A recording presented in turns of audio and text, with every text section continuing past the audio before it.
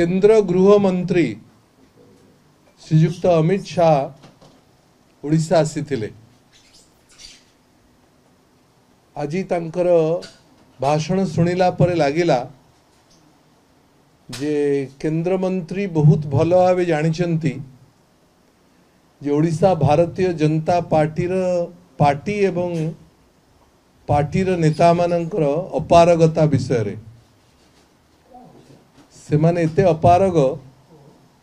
जे साधारण लोकंकर विश्वास सी एपर्यंत जिणी पारि नाहंती। बहु चेष्टा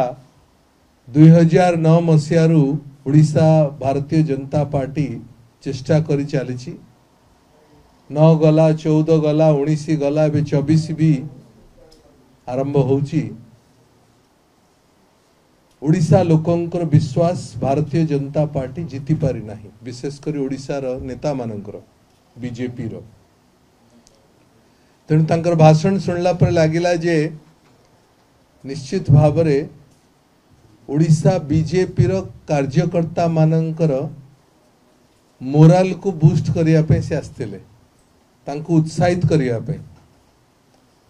जे आम नेता मानकर अवस्था तो भल नाही, एमाने तो नेतृत्व दे पारिबे नाही। तेणु अंतत मु जाहे जाइकरी कर्मी मानक उत्साहित करा जाए, कारण से माने भल भावे जानिचंती जे भारतीय जनता पार्टी सांगठनिक स्थिति एवं निर्वाचन रे कौन फलाफल हवा को जाउछि। विगत 24 वर्ष भितरे ओडिशार मुख्यमंत्री नवीन बाबू सारा भारत वर्ष रे गोटे विकास गोटे मॉडल भाव तैयारी हिछि। सीए स्वास्थ्य सुरक्षा हो, सीए रोजगार व्यवस्था हो, सेटा शिक्षा बा कृषक मानकर उत्थान कथा हो, ओडिशा शासन व्यवस्थार जो मॉडल अच्छी सरकार चलेबार जो मॉडल सेटा केवल भारत वर्ष रे नुह सारा पृथ्वी रे सर्वजन विदित हिची। ओडिशा सरकारंकर डिजास्टर मैनेजमेंट जो भली भाव रे विगत 20-25 वर्ष भितर सरकार मैनेज करिसेंती, इंटरनेशनल रेकग्निशन मध्य अंतर्जातीय रेकग्निशन मध्य सरकार को मिली। सबुठ बड़ कथा होची जे केंद्र सरकार विगत विशेषकर विगत 10 वर्ष भितर बहु बार ओडिशा सरकार को सम्मानित करिछि एवं सर्टिफिकेट मध्य देछि। टैप रु पानी पीवार कथा हो, ग्रामीण हाउसिंग कथा हो, रूरल हाउसिंग कथा हो, ओडिशा जो भली भाव रे तार आर्थिक स्थिति को मैनेज करिछि, जहां हम इंग्रजी रे फिस्कल मैनेजमेंट बोली कहूचे, अर्थनीति को जो भली भाव रे समाधान करि परिछि, हैंडल करि परिछि एवं पीवा पानी रो जो भली भाव रे सुविधा जोगेवा रो प्रक्रिया रे ओडिशा सरकार अछि।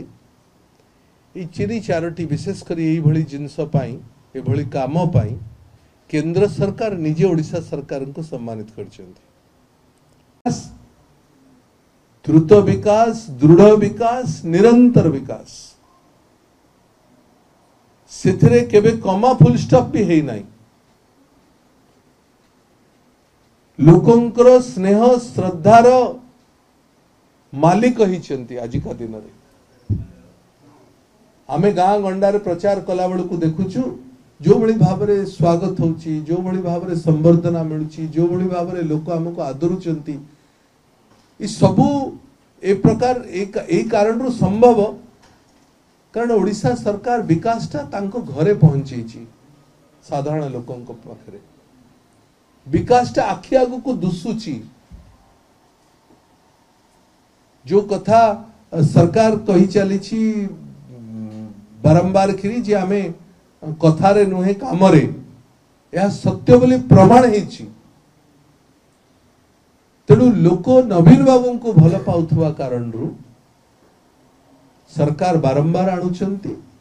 एवं आमे मध्य तार लाभ उठाउछु जो माने आमे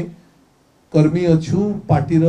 प्रार्थी हेचु आमे मध्य तार लाभ उठाउछु आमको गले जो भली भाव रे गाँ गंडारे साधारण लोक आदरुचंती ता नवीन बाबू को कारण संभव हेछि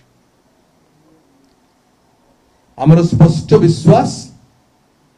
जे षष्ठ थर पाई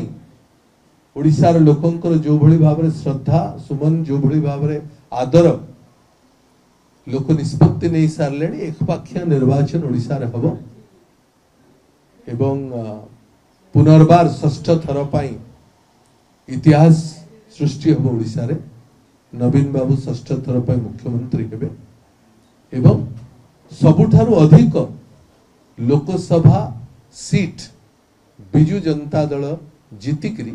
2024 रे लोकसभा को पठेबो यह निसंदेह ए दीपद कथा आपण का आगे थोइबा पई आमे आपण को डाकिथिलु बहुत बहुत धन्यवाद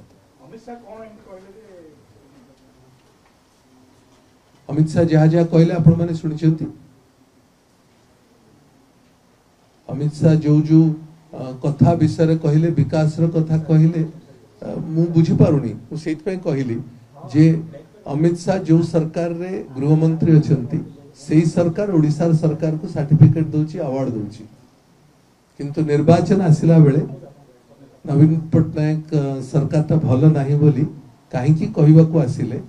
आमे भाबू भाबू लागिला जे बोधु एते निरुत्साहित हेछि भारतीय जनता पार्टी जे भारतीय जनता पार्टी रा कार्यकर्ता को टेम्पो देवा को सेही कथा कहिथिबे बहुत धन्यवाद।